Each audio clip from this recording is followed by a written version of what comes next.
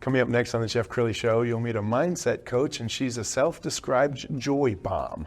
We'll explain next.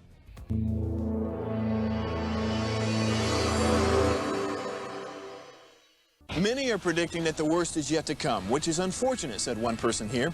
Until now, they've enjoyed the reputation of being the nation's icebox. Watched a burglar in his home this morning by webcam. As a journalist of over 25 years, stories are what make my world turn. Reporting live from the Dallas newsroom tonight, Jeff Crilley, Fox 4 News. But in 2008, I took the jump from my familiar life and started a PR firm from my home. We're talking about anyone with a camcorder like the one I'm using becomes a television network. We started slowly growing the company, and we now have over 100 clients, and we've branched into the world of live digital broadcasting. I now own 8 different TV studios and have a huge team, and the stories that I now get to share are sometimes the most important of my life.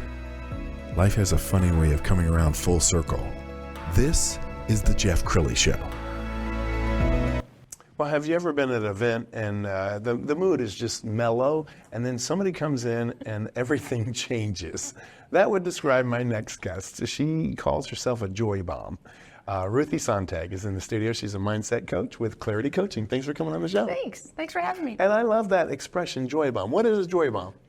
Someone that just overflows with the joy of the Lord. Somebody who is excited to spread encouragement and joy. Okay, and you were telling me right before the show began that you were not always so joyful. No, I was not. When I was 10 years old, my father, he left this earth to go be with Jesus. And so that was a really hard time for our family. Our family kind of went into a downward spiral. And it was almost like a decade of darkness, just not having the presence of my father because he was my champion. How did you find the joy again? Long and short would be Jesus. Long and short would be Jesus. Coming to a place where just got to encounter God and let him kind of kiss me where it hurts. And that's really supported me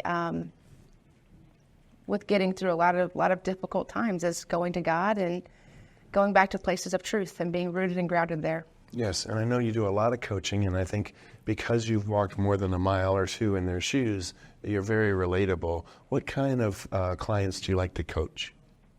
I like to coach teens.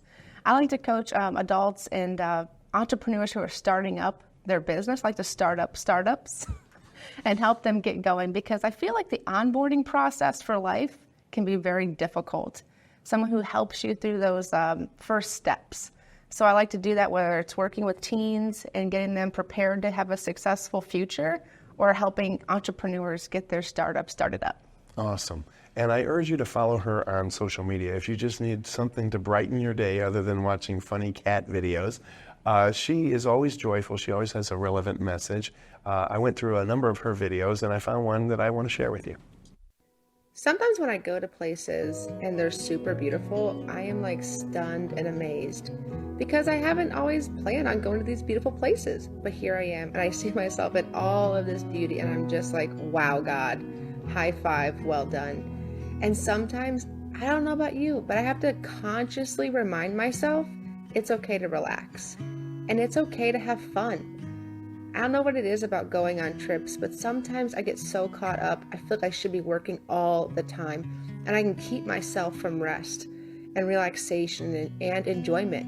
I don't even know why I do that, but I know I'm not alone. So this trip, I'm making a specific effort to relax, enjoy, and give myself permission to have so much fun. Wow, that was cool. Where was that? That was in Panama City Beach about a month ago. No kidding. And was that a good place for you to kind of recharge your batteries? It was. I was at a Kingdom Business Alliance retreat. And the thought had occurred to me that I should be working, I should be out networking and serving. And God gave me one of those little holy moments where he's like, hey, you can rest. And I just gave myself full permission to enjoy myself to the max. Good for you. I know a lot of coaches and therapists who there's a fatigue that kind of sets in. If you're hearing other people's pains and problems all day long, that can kind of wear on you. What's your own experience with that? One, I like to put on the armor of God. That definitely helps me from having their pain or their issue become my pain or my issue. And the next thing I like to do is I like to take that person or what they're going through, and in my own way, I take them and I put them back on Jesus's lap, and I cast my cares back on Jesus, back at his feet, because they're not mine to carry. So I like to cast my cares on him because he cares for me. And that helps me to continue to serve more people and be a willing vessel. That's beautiful. She's also a very popular guest on podcasts. We're going to show some video from a recent podcast that she was on. When you're invited on these podcasts, is there a theme? Is there a reason you're invited most of the time? Yeah, most of the time when I'm on a podcast is because I'm sharing one of the programs that I feel like God has given me the inspiration to launch. So this podcast in particular, I was launching a program called Kingdom Fit, which is how to release weight through using biblical principles. Well, share a little bit. You can't talk about weight loss without giving us a little nugget. All right, can I tell you the secret sauce to weight loss? Sure. Forgiveness. Really?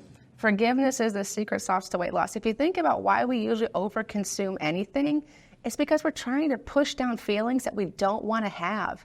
So usually when it comes to those difficult emotions that we don't want to face, we usually end up eating our feelings to squash them down. And when you can forgive whatever caused all that hurt and permission, hey, give yourself permission to think your thoughts and feel your feelings. I like to call it falling apart in the love zone. When I can just hang out with Jesus and fall apart and let him kind of kiss me where it hurts and forgive whatever the offense was, I have found that the pounds just kind of fall right off. That's powerful.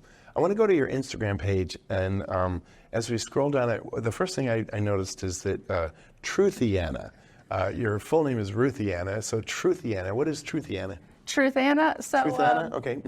My name is Ruthy Sonntag. I like to go by Ruthy. But Truthiana is just my friend. She started calling me Truthiana. She calls me Truth Ruth because I like to keep it real. And you can't have truth without a Ruth. And so Truthiana was just it just stuck. And the other thing I noticed about your Instagram page is every face on there is just full of joy. Do you ever have a funk? Do you ever wake up in a bad mood, and how do you deal with that? More often than you might believe. I have a lot of coaches that help me, and I go to be with God. And I like to think of it as like having a Humpty Dumpty day. I used to try and put them off and not have the Humpty Dumpty days. But now my goal is to actually fall apart faster. Fall apart faster and let God heal those broken parts. Talk to your coaches, go to your people, talk to your pastor, reach out to your core friends and be built up. And I feel so privileged that I get to be that person also for people when they're having a Humpty Dumpty day. Yes, and you just started a Success Club that works with families. Why don't you talk about that? Yes, so Success Club is a group coaching program to help families to connect and to build a winning home team. I was a middle school math teacher for 8 years, and I saw a lot of the breakdown that was in the home and a lot of breakdown that was in the classroom. I think it was back to the onboarding. Sometimes our onboarding really stinks as in those formative years. And so, kids aren't born with a success manual that they get to read or a parenting manual that the parents get to read. So I like to be that in-between person who can kind of fill in those gaps and help the family connect, help build confidence in the home, and help raise up leaders so that your kids have the skill set, the mindset, and the tool set that they need to succeed. Okay, what themes are you seeing these days? Let's start with the kids. What kind of issues are they wrestling with? A huge is identity, confusion. There's a lot of confusion to conform to worldly ways, to be cool. And sometimes in the name of being cool, we do some really not cool stuff. And so I think that would be a huge one is confusion, identity, and really just trying to be popular. They're trying to find themselves in anything. There's a title, a group, a game, and addiction to the screens. That's a huge one as well. And they're trying to find their identity through living in this little virtual reality versus living in actual reality. Powerful. Let's talk about parents. What are they wrestling with these days? I think a big thing that parents are wrestling with is respect in the home. They're feeling disrespected and dishonored by their children. And sometimes instead of being the bigger person, which they actually are, they will actually meet the child with disrespect and dishonor. And they'll try and control and use fear-based tactics to parent their children versus freedom-based tactics to parent their children. So instead of enabling choice and encouraging your child to be a champion, you can squash all that by trying to put the fear of God into them. Okay, let's drill down a little deeper on that. So let's suppose you mentioned technology, and I agree with you. I think, I grew up in a simpler time where not everybody had iPhones. If a family's wrestling with screen time and the parents are like, hey, just put the phone away when we're having dinner, and the child is ignoring that, how would you suggest a parent deal with that? It's a great question. Well, one, I would slow down and try and get on their level. And I would just create a presence, and I would increase proximity to the kid and encourage that human connection versus that screen connection. The next thing I would do is, establish boundaries with screens. Establish the boundaries early on. If you haven't established boundaries, no big deal. Just start. Create some rules that everyone can agree upon and really stick to them. So if you're modeling different than you're teaching, that's going to really hurt your case there. But I would really encourage families to set up a certain amount of screen time for the day, maybe like an hour or less of screen time. Well, we've all gone out to eat, and we've seen an entire family that every one of them is on their cell phone. And you're like, okay, where's the togetherness and what's happening here? Yeah, it's a breakdown of connection, and that's what they're looking for on their screen, is there's a breakdown in the connection. And we've lost that heart-to-heart, eyeball to eyeball, let me hear what's going on in your mind kind of connection. I think that needs to be brought back. That's why a lot of people are living in that virtual reality versus real reality. You think your dad's smiling right now? I think so. Yeah. Well, if you're a beautiful person inside and out, we're going to end with her Instagram page. So go ahead and check her out. Engage in her. Ruthy Sonntag. Thanks for coming on the show. Thank you. That's it for now. We'll see you next time.